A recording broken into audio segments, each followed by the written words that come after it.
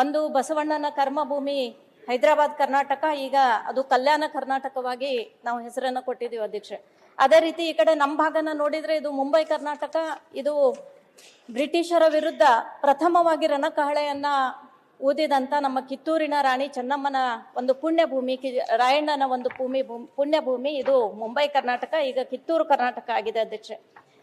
ಈಗ ಅಭಿವೃದ್ಧಿ ಅಂತಂದಾಗ ಇಡೀ ಕರ್ನಾಟಕದ ಅಭಿವೃದ್ಧಿಯನ್ನ ನೋಡಿದಾಗ ನಾವು ಹೇಳ್ತೀವಿ ಅಧ್ಯಕ್ಷರೇ, ಒಂದ್ ಕಣ್ಣಿಗೆ ಬೆಣ್ಣೆ ಒಂದ್ ಕಣ್ಣಿಗೆ ಸುಣ್ಣ ಅನ್ನೋ ರೀತಿಯಲ್ಲಿ, ಆ ರೀತಿಯಲ್ಲಿ ಮಲ್ತಾಯಿ ಧೋರಣೆಯನ್ನ ತೋರಿ ನಮ್ಮ ಈ ಭಾಗಕ್ಕೆ ನಾವು ಇನ್ನೂ ಕೂಡ ಬಹಳಷ್ಟು ಅನ್ಯಾಯ ಆಗ್ತಾ ಇದೆ ಅಧ್ಯಕ್ಷೆ.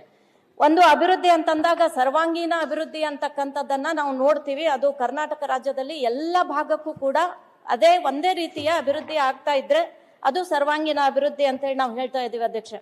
ಇದು ನಮ್ಮ ಭಾಗ ಗಡಿ ಭಾಗ. ಒಂದ್ ಕಡೆ ನಮ್ಮ ಕಿತ್ತೂರು ಕರ್ನಾಟಕ ನೋಡಿದ್ರೆ ಮಹಾರಾಷ್ಟ್ರ ಗಡಿ ಆಗ್ತದೆ, ಗೋವಾ ಗಡಿ ಆಗ್ತದೆ, ಆ ಕಡೆ ಆಂಧ್ರ ಗಡಿ ಆಗಿರತಕ್ಕಂತ ಈ ಗಡಿ ಭಾಗದಲ್ಲಿ ಇರ್ತಕ್ಕಂತ ನಮ್ಮ ಎಲ್ಲ ಜಿಲ್ಲೆಗಳು ಕೂಡ ಅಭಿವೃದ್ಧಿ ಆಗುವಂತದ್ದು ಬಹಳ ಇಂಪಾರ್ಟೆಂಟ್ ಅಧ್ಯಕ್ಷರೇ.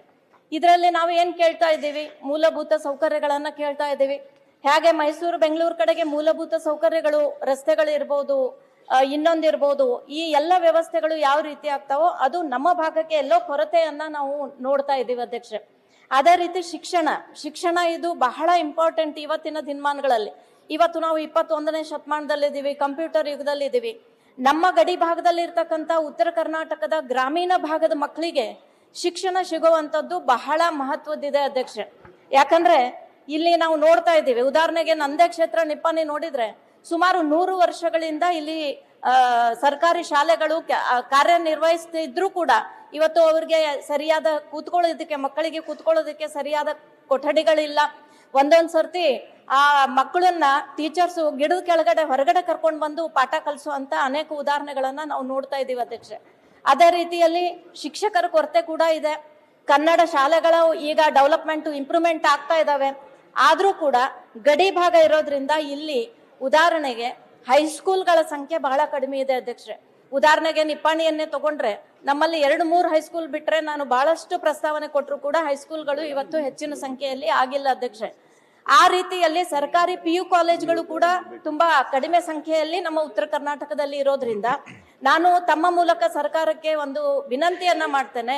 ಶಿಕ್ಷಣಕ್ಕೆ ನೀವು ಮಹತ್ವವನ್ನ ಕೊಟ್ರೆ ನಾಳೆ ನಮ್ಮ ಭವ್ಯ ಭಾರತದ ಭವಿಷ್ಯವನ್ನ ನಮ್ಮ ಮಕ್ಕಳು ರೂಪಿಸುವಂತ ರೀತಿಯಲ್ಲಿ ಅವರಿಗೆ ಅನುಕೂಲ ಆಗ್ತದೆ ಅಧ್ಯಕ್ಷೆ. ಹಾಗಾಗಿ ಕೊಠಡಿಗಳ ವ್ಯವಸ್ಥೆ ಇರ್ಬೋದು, ಕಂಪ್ಯೂಟರ್ಗಳ ವ್ಯವಸ್ಥೆ ಇರ್ಬೋದು, ಹೈಸ್ಕೂಲ್ಗಳ ವ್ಯವಸ್ಥೆ ಇರ್ಬೋದು, ಮತ್ತು PU ಕಾಲೇಜ್ಗಳು, ಡಿಗ್ರಿ ಕಾಲೇಜ್ಗಳ ವ್ಯವಸ್ಥೆ ಆದ್ರೆ ನಿಜವಾಗ್ಲೂ ಕೂಡ ಈ ಕಲ್ಯಾಣ ಕರ್ನಾಟಕ ಮತ್ತು ಕಿತ್ತೂರು ಕರ್ನಾಟಕದ ನಿಜವಾದ ಅರ್ಥದಲ್ಲಿ ಅಭಿವೃದ್ಧಿಯನ್ನ ಸಾಧಿಸೋದಕ್ಕೆ ಸಾಧ್ಯ ಆಗ್ತದೆ ಅಧ್ಯಕ್ಷೆ. ಇವತ್ತು ನನ್ನ ಮಕ್ಕಳು, ಕಾಲೇಜಲ್ಲಿ ಇರ್ತಕ್ಕಂಥ ಮಕ್ಕಳು, ಡಿಗ್ರಿ ಓದ್ತಕ್ಕಂಥ ಮಕ್ಕಳು ನಮ್ಮ ಹತ್ರ ಬಂದು ಕೇಳ್ತಾರೆ ಅಧ್ಯಕ್ಷೆ, ಇವತ್ತು ಕರ್ನಾಟಕದಲ್ಲಿ ಅವರು ರಹವಾಸಿ ಸರ್ಟಿಫಿಕೇಟ್ ಕರ್ನಾಟಕದಲ್ಲಿ ಇರ್ತದ ಅಧ್ಯಕ್ಷ.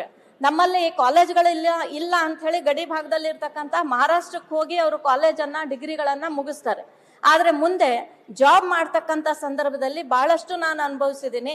ಕರ್ನಾಟಕದವ್ರು ನೀವು ಅಂತ ಹೇಳಿ ಮಹಾರಾಷ್ಟ್ರದಲ್ಲಿ ಜಾಬ್ ಸಿಗಲ್ಲ, ಮಹಾರಾಷ್ಟ್ರದಲ್ಲಿ ಶಿಕ್ಷಣ ಹೊಂದಿದಿರಿ ಅಂತ ಕರ್ನಾಟಕದಲ್ಲಿ ಅವ್ರಿಗೆ ಜಾಬ್ ಸಿಗೋದಿಲ್ಲ. ಎಷ್ಟೋ ಶಿಕ್ಷಕರ ಈ ಸಮಸ್ಯೆಯನ್ನ ನಾನು ಹಲವಾರು ಬಾರಿ ಇಲ್ಲಿ ಮಂತ್ರಿಗಳಿಗೂ ಕೂಡ ಗಮನಕ್ಕೆ ತಂದಿದ್ದೀನಿ ಅಧ್ಯಕ್ಷೆ. ಹಾಗಾಗಿ ಇದರ ಬಗ್ಗೆನೂ ಕೂಡ ಸರ್ಕಾರ ಗಮನದಲ್ಲಿ ತಗೊಂಡು ಈ ಸಮಸ್ಯೆಯನ್ನ ಬಗೆಹರಿಸುವಂತ, ಆ ವಿದ್ಯಾರ್ಥಿಗಳಿಗೆ ಸಹಕಾರ ಆಗುವಂತ ಪ್ರಯತ್ನ ಈ ಸರ್ಕಾರದಿಂದ ಆಗ್ಬೇಕು ಅಂತ ಹೇಳಿ ತಮ್ಮ ಮೂಲಕ ನಾನು ಮನವಿಯನ್ನ ಮಾಡ್ಕೋತಾ ಇದ್ದೀನಿ ಅಧ್ಯಕ್ಷೆ. ಆರೋಗ್ಯ ಅಂತಂದಾಗ ನಿಜವಾಗ್ಲೂ ಕೂಡ ಈ ಉತ್ತರ ಕರ್ನಾಟಕ ಭಾಗದಲ್ಲಿ PSC ಸೆಂಟರ್ಗಳಿದಾವೆ. ಆದ್ರೆ ಬಹಳಷ್ಟು ಕಟ್ಟಡಗಳು ಹಳೆಯದಾಗಿ ಅವು ಅಲ್ಲಿ ಡಾಕ್ಟರ್ಸು ಪೇಷಂಟ್ ಬರೋದಕ್ಕೂ ಕೂಡ ಹೆದರಿಕೆ ಆಗುವಂತ ಸಂದರ್ಭದ ಕಟ್ಟಡಗಳನ್ನ ನಾವು ನೋಡ್ತೀವಿ ಅಧ್ಯಕ್ಷೆ. ಅದ್ರ ಜೊತೆಗೆ 24/7 ಅಂತ ಹೇಳಿ ನಾವು PSC ಸೆಂಟರ್ಗಳನ್ನ ನೋಡ್ತಾ ಇದೀವಿ. ಆದ್ರೆ 24/7 ಅಂತಕ್ಕಂತ ಆರೋಗ್ಯ ಕೇಂದ್ರಗಳಲ್ಲೂ ಕೂಡ ಸಾಯಂಕಾಲ ಕೀಲಿ ಹಾಕಿರ್ತಾರೆ. ಸ್ಯಾಟರ್ಡೆ ಸಂಡೇ ಅಲ್ಲಿ ಯಾವ ಡಾಕ್ಟರ್ಸು ಇರಂಗಿಲ್ಲ, ರೆಗ್ಯುಲರ್ ಆಗು ಯಾವ ಡಾಕ್ಟರ್ಸು ಕೂಡ ಇಲ್ಲ ಅಧ್ಯಕ್ಷೆ. ಗಡಿ ಭಾಗದಲ್ಲಿ ಇರ್ತಕ್ಕಂಥ ಬಡವರಿಗೆ ಹೆರಿಗೆ ಟೈಮಲ್ಲಿ ಎಲ್ಲರೂ ಕೂಡ ಸರ್ಕಾರಿ ಆಸ್ಪತ್ರೆಗೆ ಬಂದಾಗ ಅಲ್ಲಿ ಯಾವುದು ಕೂಡ ಒಂದು ವ್ಯವಸ್ಥೆ ಇವತ್ತು ಕೊರತೆ ಕಾಣಿಸ್ತಾ ಇದೆ ಅಧ್ಯಕ್ಷೆ. ಈಗಾಗಲೇ ನಾವೆಲ್ಲರೂ ಹೇಳಿದ ರೀತಿಯಲ್ಲಿ ಬಾಣಂತಿಯರ ಸಾವಿರ್ಬೋದು, ಮುದ್ದು ಕಂದಮ್ಮಗಳ ಸಾವಿರ್ಬೋದು, ಇಂಥ ಎಲ್ಲ ವಿಷಯಗಳು ಕೂಡ ಅದು ಸರ್ಕಾರ ಗಮನದಲ್ಲಿಟ್ಕೊಂಡು ಈ ಉತ್ತರ ಕರ್ನಾಟಕ ಭಾಗದಲ್ಲೂ ಕೂಡ ಆರೋಗ್ಯದ ಬಗ್ಗೆ ಕಾಳಜಿಯನ್ನ ವಹಿಸುವಂಥದ್ದು ಅಧ್ಯಕ್ಷ. ಈಗಾಗಲೇ ನಾವು ಪಶು ಸಂಗೋಪನಾ ಇಲಾಖೆಯಿಂದ ವೆಟರ್ನರಿ ಹಾಸ್ಪಿಟಲ್ಗಳು ಕೂಡ ಅಧ್ಯಕ್ಷೆ ಇವತ್ತು ನಾವೆಲ್ಲರೂ ಕೃಷಿಕರಿದ್ದೀವಿ. ನಮ್ಮಲ್ಲಿ ಹೈಯೆಸ್ಟ್ ಭಾಗ ರೂರಲ್ ಗ್ರಾಮೀಣ ಇರೋದ್ರಿಂದ ಗ್ರಾಮೀಣ ಭಾಗದ ಕೃಷಿಕರು ಸೈಡ್ ಬಿಸ್ನೆಸ್ ಆಗಿ ದನಕರುಗಳ ಪಾಲನೆಯನ್ನು ಕೂಡ ಮಾಡ್ತಾ ಇದ್ದಾರೆ ಅಧ್ಯಕ್ಷೆ. ಆದ್ರೆ ಇವತ್ತು ಜಾನುವಾರುಗಳಿಗೆ ಏನಾದ್ರೂ ಸಮಸ್ಯೆ ಆದಾಗ್ಲೂ ಕೂಡ ಡಾಕ್ಟರ್ ಕೊರತೆ ಇದೆ, ಆಸ್ಪತ್ರೆಗಳ ಕೊರತೆ ಇದೆ, ಔಷಧಿಗಳ ಕೊರತೆ ಇದೆ. ಇದೆಲ್ಲಾನು ಕೂಡ ಉತ್ತರ ಕರ್ನಾಟಕ ಭಾಗದಲ್ಲಿ ಅದನ್ನ ತಾವು ಗಮನದಲ್ಲಿಟ್ಕೊಂಡು ಸರ್ಕಾರಕ್ಕೆ ವಿನಂತಿಯನ್ನ ಮಾಡ್ಕೊತಾ ಇದ್ದೇನೆ ಅಧ್ಯಕ್ಷೆ. ಆ ಜಾನುವಾರುಗಳ ರಕ್ಷಣೆ ಕೂಡ ಇವತ್ತು ಬಹಳಷ್ಟು ಮಹತ್ವದ್ದಾಗಿದೆ ಅಧ್ಯಕ್ಷೆ. ಆರೋಗ್ಯ ಅಂತಂದಾಗ ಮೊನ್ನೆ ನಾನು ನಮ್ಮ ವಿರೋಧ ಪಕ್ಷದ ನಾಯಕರು ಇಲ್ಲಿ ಹಾಸ್ಪಿಟ್ಲಿಗೆ ಹೋದಾಗ ಬೈಲ್ಹೊಂಗಲ್ನಿಂದ ಒಬ್ಬ ತಂದೆ ಬಂದಿದ್ದ ಅಧ್ಯಕ್ಷೆ. ನಾವು ಬಂದಿದ್ದೀವಿ ಅಂತ ಹೇಳಿ ಅವನ ಕೈಯಲ್ಲಿ 3 ವರ್ಷದ ಮಗುವನ್ನ ಇಟ್ಕೊಂಡು ಬಂದು ನನ್ನ ಹತ್ರ ಕೇಳ್ದ, ಬೈಲ್ಹೊಂಗಲ್ದಿಂದ ಬಂದಿದ್ದೀನಿ, ಅಲ್ಲಿ PSC ಸೆಂಟರ್ಗೆ ಇನ್ನೊಂದು ಡೆಲಿವರಿ ಆಗಿದೆ, ಅವ್ರ ಮಿಸಸ್ದು ಟ್ವಿನ್ಸ್ ಆಗಿದಾವ ಅಧ್ಯಕ್ಷೆ. ಆದ್ರೆ ಅಲ್ಲಿ ಬೈಲ್ಹೊಂಗಲ್ದಲ್ಲಿ ಯಾವ್ದು ಕೂಡ ವ್ಯವಸ್ಥೆ ಇಲ್ಲ, ಅಲ್ಲಿಂದ ನಾನು ಇಲ್ಲಿ ಬಿಮ್ಸಿಗೆ ಕರ್ಕೊಂಡು ಬಂದಿದ್ದೀನಿ, ನೀವು ಸರ್ಕಾರದ ಗಮನಕ್ಕೆ ಇದನ್ನ ತರಬೇಕು ಅಂತ ಹೇಳಿ ಆ ತಂದೆ ಕಣ್ಣಲ್ಲಿ ನೀರು ತಂದು ಮನವಿ ಮಾಡ್ತಾನೆ ಅಧ್ಯಕ್ಷೆ. ಹಾಗಾಗಿ ಇದು ಕೂಡ ಆರೋಗ್ಯದ ಕಡೆಗೆ ಕೂಡ ಸರ್ಕಾರ ಗಮನ ಕೊಡಬೇಕು ಅನ್ನುವಂಥದ್ದು ವಿನಂತಿಯನ್ನ ಮಾಡ್ತೀನಿ ಅಧ್ಯಕ್ಷೆ. ನೀರಾವರಿ ತಗೊಂಡಾಗ ನಿಜವಾಗ್ಲೂ ರೈತರಿಗೆ ನೀರಾವರಿ ಬಹಳ ಮಹತ್ವದ ಅಧ್ಯಕ್ಷೆ. ಇವತ್ತು ನಮ್ಮ ಭಾಗದ ಎಲ್ಲಾ ನೀರಾವರಿ, ನಾನು ಸವಿಸ್ತಾರವಾಗಿ ಹೋಗೋದಿಲ್ಲ, ಎಲ್ಲರೂ ಕೂಡ ಮಾತಾಡಿದ್ದಾರೆ. ನಮ್ಮ ಭಾಗದ ನೀರಾವರಿ ಯೋಜನೆಗಳು ಎಲ್ಲಿಗೆ ಬಂದಿದಾವ ಅಧ್ಯಕ್ಷೆ, ಯಾಕೆ ಸಂಪೂರ್ಣ ಆಗ್ತಾ ಇಲ್ಲ, ನಮ್ಮಲ್ಲಿ ಕೆರೆ ತುಂಬತಕ್ಕಂತ ವಿಷಯಗಳು ನಾವು ಎಷ್ಟೋ ಬಾರಿ ನಾನೇ ನನ್ನ ಕ್ಷೇತ್ರದಲ್ಲಿ 12 ಕೆರೆ ತುಂಬುವಂತ ಒಂದು ಪತ್ರನ ಕೊಟ್ಟಾಗ ಬಾರಿ ನಾನು ಉಪಮುಖ್ಯಮಂತ್ರಿಗಳನ್ನು ಕೂಡ ಭೇಟಿಯಾದಾಗ ಇನ್ನೂ ಕೂಡ ವ್ಯವಸ್ಥೆಗಳಾಗಿಲ್ಲ. ಹಾಗಾಗಿ ನೀರಾವರಿ ಕೊರತೆ ಕೂಡ ನಮ್ಮ ಉತ್ತರ ಕರ್ನಾಟಕದಲ್ಲಿ ಬಹಳಷ್ಟು ನೋಡ್ತಾ ಇದೀವಿ ಅಧ್ಯಕ್ಷೆ. ಕೃಷಿಯನ್ನ ತಗೊಂಡಾಗ್ಲೂ ಕೂಡ ಕೃಷಿಕರಿಗೆ ನೀರಿನ ವ್ಯವಸ್ಥೆ ಮತ್ತು ವಿದ್ಯುತ್ ವ್ಯವಸ್ಥೆ ಇವೆರಡೂ ಕೂಡ ಇದ್ದಾಗ ಕೃಷಿಕರು ಒಳ್ಳೆ ರೀತಿಯಿಂದ ಕೃಷಿಯನ್ನ ಮಾಡಬಹುದು ಅಂತಕ್ಕಂಥದ್ದನ್ನ ಇದು ಕೂಡ ಗಮನದಲ್ಲಿ ನಾನು ತಮ್ಮ ಗಮನಕ್ಕೆ ತರೋದಕ್ಕೆ ನಾನು ಬಯಸ್ತೀನಿ ಅಧ್ಯಕ್ಷೆ. ಈಗಾಗಲೇ doubling of income, farmers income ಬಗ್ಗೆ ಸಹೋದರರು ಮಾತಾಡಿದ್ರು. ಆದ್ರೆ ಸನ್ಮಾನ್ಯ ಮುಖ್ಯಮಂತ್ರಿಗಳು ನಮ್ಮ ರೈತರಿಗೆ FPO, ಫಾರ್ಮರ್ಸ್ ಪ್ರೊಡ್ಯೂಸರ್ ಆರ್ಗನೈಸೇಷನ್ ಮುಖಾಂತರ ಇವತ್ತು ಬಹಳ ಒಳ್ಳೆ ರೀತಿಯ ಸ್ಕೀಮ್ಗಳನ್ನ ಇವತ್ತು ನಮ್ಮ ಕರ್ನಾಟಕದಲ್ಲೂ ಕೂಡ ತಂದಿದ್ದಾರೆ ಅಧ್ಯಕ್ಷೆ. ಆ ರೀತಿಯಾಗಿ ರೈತರಿಗೆ ಒಳ್ಳೆ ನೀರು ಮತ್ತು ವಿದ್ಯುತ್ ಅನ್ನ ಕೊಟ್ರೆ ನಿಜವಾಗ್ಲೂ ಅವರ ಭವಿಷ್ಯ ಉಜ್ವಲ ಆಗೋದ್ರಲ್ಲಿ ಸಂಶಯ ಇಲ್ಲ ಅಧ್ಯಕ್ಷೆ. ಅದೇ ರೀತಿ ಹೇಗೆ ಕಲ್ಯಾಣ ಕರ್ನಾಟಕ KKRDB ಮಾಡಿದ್ದೀರಾ, ಅದೇ ರೀತಿ ನಮ್ಮ ಕಿತ್ತೂರು ಕರ್ನಾಟಕಕ್ಕೂ ಕೂಡ ಆ ರೀತಿ ಪ್ರಾಧಿಕಾರ ಆದ್ರೆ ಈ ಭಾಗದ ಒಂದು ಡೆವಲಪ್ಮೆಂಟ್ ಕೂಡ ಆಗೋದ್ರಲ್ಲಿ ಸಂಶಯ ಇಲ್ಲ ಅಧ್ಯಕ್ಷೆ. ಅದು ಮಾಡುವಂತಹ ಒಂದು ವಿನಂತಿಯನ್ನ ನಾನು ತಮ್ಮ ಮೂಲಕ ಸರ್ಕಾರಕ್ಕೆ ಮಾಡ್ಕೊಳ್ಳೋದಕ್ಕೆ ನಾನು ವಿನಂತಿ ಮಾಡ್ತೀನಿ ಅಧ್ಯಕ್ಷೆ. ಮೊನ್ನೆ ಕಲಾಪಗಳಲ್ಲಿ ನಂದು ಒಂದು ಗಮನ ಸೆಳೆಯೋದು ಕೂಡ ಇನ್ನೂ ಬರ್ಲಿಲ್ಲ ಅಧ್ಯಕ್ಷೆ.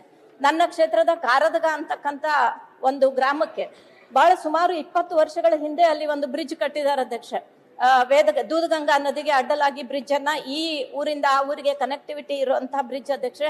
ಆದ್ರೆ 15 ಕೋಟಿ ಖರ್ಚು ಮಾಡಿ ನಾನು ಅದನ್ನ ಹೈಟ್ ಮಾಡಿ, ಯಾಕಂದ್ರೆ ಜೂನ್ ತಿಂಗಳಲ್ಲಿ ಸ್ವಲ್ಪ ಮಳೆ ಬಂದ್ರು ಕೂಡ ಆ ಬ್ರಿಡ್ಜ್ ಮುಳುಗ್ ಹೋಗುವಂತ ಪರಿಸ್ಥಿತಿ ಇರೋದ್ರಿಂದ ಅಲ್ಲಿ 15 ಕೋಟಿ ಖರ್ಚು ಮಾಡಿ ನಾವು ಈಗಾಗಲೇ ಅದನ್ನ ಹೈಟ್ ಮಾಡ್ಕೊಂಡು ಬ್ರಿಡ್ಜ್ ಕಟ್ಟಿದ್ದೀನಿ ಅಧ್ಯಕ್ಷೆ. ಆದ್ರೆ ಸೈಡ್ ಏನಿರ್ತದೆ, ಸೈಡ್ ಅದನ್ನ ಮಣ್ಣು ತುಂಬಿ ಅಧಿಕಾರಿಗಳು ಮುಚ್ಚತಕ್ಕಂತ ಸಂದರ್ಭದಲ್ಲಿ, ಅಂದ್ರೆ ಹೊಲಕ್ಕೆ ಹೋಗುವಂತ 2 ಸೈಡ್ ಬದಿಲಿ ಅಲ್ಲಿ ಇರ್ತಕ್ಕಂತ ಜನ ಸ್ಟ್ರೈಕ್ ಮಾಡಿ ಆ ತರ ಮಣ್ಣು ತುಂಬಬಾರ್ದು, ಇಲ್ಲಾಂದ್ರೆ ಫ್ಲಡ್ ಬಂದಾಗ ಮತ್ತೆ ಊರಲ್ಲಿ ನೀರು ಹೋಗ್ತದೆ ಅಂತ ಹೇಳಿ ಅದನ್ನ ಬಾಕ್ಸ್ ಕನ್ವರ್ಟ್ ಮಾಡಿ ಅದನ್ನ ಮಾಡುವಂತ ಇನ್ನೊಂದು ರಿವೈಸ್ ಎಸ್ಟಿಮೇಟ್ ಕೊಟ್ಟಿದ್ದೀನಿ ಅಧ್ಯಕ್ಷ. ಅದು ಕೂಡ ಆದ್ರೆ ಬಹಳಷ್ಟು ಬೇಗ ಮಾಡ್ಬೇಕು ಅಂತ ಹೇಳಿ ನಾನು ತಮ್ಮ ಮೂಲಕ ಕೇಳ್ಕೊತಾ ಇದ್ದೀನಿ ಅಧ್ಯಕ್ಷ. ವಿದ್ಯಾರ್ಥಿಗಳಿಗೆ, ಗ್ರಾಮೀಣ ಭಾಗದಲ್ಲಿ ಇರ್ತಕ್ಕಂಥ ವಿದ್ಯಾರ್ಥಿಗಳಿಗೆ ಶಿಕ್ಷಣದ ಜೊತೆಗೆ ಅವರಿಗೆ ಬಸ್ಸಿನ ವ್ಯವಸ್ಥೆ ಕೂಡ ಬಹಳಷ್ಟು ಅಸ್ತವ್ಯಸ್ತ ಆಗ್ತಾ ಇದೆ ಅಧ್ಯಕ್ಷೆ. ಇವತ್ತು ಏನು ಹೆಣ್ಮಕ್ಳಿಗೆ ಫ್ರೀ ಆಗಿ ಬಸ್ ವ್ಯವಸ್ಥೆ ಮಾಡಿದಿರಿ, ಅದು ನಾನು ಅಭಿನಂದನೆಯನ್ನ ಹೇಳ್ತೀನಿ ಅಧ್ಯಕ್ಷ ಸರ್ಕಾರಕ್ಕೆ. ಆದ್ರೆ ಅದರ ಒಂದು ಪರಿಣಾಮವಾಗಿ ಮಕ್ಕಳಿಗೆ ಅಲ್ಲಿ ಸರಿಯಾದ ಸಮಯಕ್ಕೆ ಸ್ಕೂಲಿಗೆ ಹೋಗುವಂತ ವ್ಯವಸ್ಥೆ ಆಗ್ತಾ ಇಲ್ಲ, ಮಕ್ಕಳಿಗೆ ಬಸ್ ಸಿಗ್ತಾ ಇಲ್ಲ. ದಿನ ಬೆಳಿಗಾದ್ರೆ 10 ಫೋನ್ಗಳು ನಮಗ್ ಬರ್ತಾವ ಅಧ್ಯಕ್ಷೆ. ಆ ಮಕ್ಕಳು ಕೂಡ ಬಹಳಷ್ಟು ನೊಂದಿದ್ದಾರೆ. ಬಸ್ ನಲ್ಲಿ ಹೋಗ್ತಾ ಇರ್ಬೇಕಾದ್ರೆ ಜಾಗ ಸಿಗೋದಿಲ್ಲ, ಆ ಬಾಗಿಲಿಗೆ ನಿಂತಾಗ ಅಕಸ್ಮಾತ್ ಆಗಿ ಕೈ ಜಾರಿ ಬಿದ್ದು ಆ ಮಕ್ಕಳ ಜೀವಕ್ಕೂ ಕೂಡ ಅಪಾಯ ಆಗ್ತಾ ಇರುವಂತದ್ದನ್ನ ನಾವು ನೋಡ್ತಾ ಇದೀವಿ ಅಧ್ಯಕ್ಷೆ. ಹಾಗಾಗಿ ಅದರ ಮಕ್ಕಳ ವಿದ್ಯಾಭ್ಯಾಸಕ್ಕಾಗಿ ಬಸ್ಗಳ ವ್ಯವಸ್ಥೆ ಕೂಡ ಈ ಎಲ್ಲ ನಮ್ಮ ಉತ್ತರ ಕರ್ನಾಟಕ ಭಾಗಕ್ಕೆ ಆಗುವಂತದ್ದು ಆಗ್ಬೇಕು ಅಧ್ಯಕ್ಷ. ಈಗ ತಾವು ಗಾಂಧೀಜಿಯವರು ಬಂದು 100 ವರ್ಷ ಆಯ್ತು ಅಂತ ಹೇಳಿ ಇವತ್ತು ಒಂದು ಸಂಭ್ರಮದ ಆಚರಣೆಯನ್ನ ಮಾಡ್ತಾ ಇದ್ದೀರ ಅಧ್ಯಕ್ಷ. ಆದ್ರೆ ಇಡೀ ವಿಶ್ವಕ್ಕೆನೆ ಒಂದು ಸಂವಿಧಾನವನ್ನ, ಅತ್ಯದ್ಭುತವಾದಂತ ಸಂವಿಧಾನವನ್ನ ಕಲ್ಪಿಸಿಕೊಟ್ರಂತ ಡಾಕ್ಟರ್ ಬಾಬಾ ಸಾಹೇಬ್ ಅಂಬೇಡ್ಕರ್ ಅವರು. ಅವರು ನಮ್ಮ ಚಿಕ್ಕೋಡಿಯ ಕೋರ್ಟ್ನಲ್ಲಿ ವಾದ ಮಂಡನೆ ಮಾಡಿರುವಂತಹ ಒಂದು ಸಂದರ್ಭ. ಆ ಟೈಮಲ್ಲಿ ನಿಪ್ಪಾಣಿಗೆ ಬಂದು ಡಾಕ್ಟರ್ ವರಾಳೆ ಅಂತಕ್ಕಂಥ ಒಬ್ಬರ ಮನೆಯಲ್ಲಿ ಅವರು ಉಳ್ಕೊಂಡು ಹೋಗಿರುವಂತಹ ಒಂದು ಇತಿಹಾಸ ಇದೆ ಅಧ್ಯಕ್ಷೆ. 2 ದಿನ ನಿಪ್ಪಾಣಿಯಲ್ಲಿ ಅವರು ಹಾಲ್ಟ್ ಮಾಡಿದ್ರು, ಅಲ್ಲಿ ಉಳ್ಕೊಂಡಿದ್ರು, ಅಲ್ಲೂ ಕೂಡ ಒಂದು ಸಭೆಗಳನ್ನ ಮಾಡಿರುವಂತ ಇತಿಹಾಸ ಇದೆ ಅಧ್ಯಕ್ಷೆ. ಅದು ಕೂಡ ಈ ಡಿಸೆಂಬರ್ 26ಕ್ಕೆ ಡಾಕ್ಟರ್ ಬಾಬಾ ಸಾಹೇಬ್ ಅಂಬೇಡ್ಕರ್ ಅವರು ನಿಪ್ಪಾಣಿಗೆ ಬಂದು ಕೂಡ 100 ವರ್ಷ ಪೂರ್ಣ ಆಯ್ತು ಅಧ್ಯಕ್ಷೆ. ಇವತ್ತು ಒಂದು ಕಮಿಟಿಯ ಮುಖಾಂತರ ನಾವು ಎಲ್ಲ ಕಡೆಗೂ ಅದರ ಒಂದು ಪ್ರಚಾರ ಪ್ರಸಾರವನ್ನ ಮಾಡ್ತಾ ಇದ್ದೀವಿ. ಹಾಗಾಗಿ ತಮ್ಮ ಮೂಲಕ ನಾನು ಸರ್ಕಾರಕ್ಕೆ ಒತ್ತಾಯವನ್ನ ಮಾಡ್ತೇನೆ, ಬರ್ತಕ್ಕಂಥ ದಿನಮಾನಗಳಲ್ಲಿ ಡಾಕ್ಟರ್ ಬಾಬಾ ಸಾಹೇಬ್ ಅಂಬೇಡ್ಕರ್ ಅವರ 100 ವರ್ಷ ಇಲ್ಲಿ ಬಂದು ಹೋಗಿರುವಂತ ನೆನಪಿನ ಒಂದು ಕಾರ್ಯಕ್ರಮ ಕೂಡ ಈ ಹಾಗೆ ಗಾಂಧೀಜಿ ಅವರ ಮಾಡ್ತಾ ಇದ್ದೀರಿ, ಹಾಗೆ ಅದು ಕೂಡ ಮಾಡಬೇಕು ಅಂತ ಹೇಳಿ ನಾನು ಕಳಕಳಿಯಿಂದ ವಿನಂತಿಯನ್ನ ಮಾಡ್ತೇನೆ ಅಧ್ಯಕ್ಷ. ಬಹಳಷ್ಟು ತಾರತಮ್ಯಗಳಿದಾವೆ, ಎಲ್ಲ ಹಿರಿಯರು ಕೂಡ ಅದರ ಬಗ್ಗೆ ಮಾತಾಡಿದ್ದಾರೆ. ಆದ್ರೆ ನಾನು ಇಷ್ಟನ್ನ ಮಾತಾಡಿ ತಮ್ಮ ಮೂಲಕ ಕಲ್ಯಾಣ ಕರ್ನಾಟಕ ಮತ್ತು ಕಿತ್ತೂರು ಕರ್ನಾಟಕದ ಬಗ್ಗೆ ತಾವುಗಳು ಮಲ್ತಾಯಿ ಧೋರಣೆ ತೋರಬಾರದು. ಸರ್ಕಾರ ಈ ಕಡೆ ಕೂಡ ಅಭಿವೃದ್ಧಿಯನ್ನ ಮಾಡಬೇಕು. ಅದು ಅಭಿವೃದ್ಧಿ ಆಗ್ಬೇಕಾದ್ರೆ ಚಿಕ್ಕೋಡಿ ಕೂಡ ಈ ಬೆಳಗಾವಿ ಜಿಲ್ಲೆಯಿಂದ ಪ್ರತ್ಯೇಕವಾಗಿ ಅದು ಒಂದು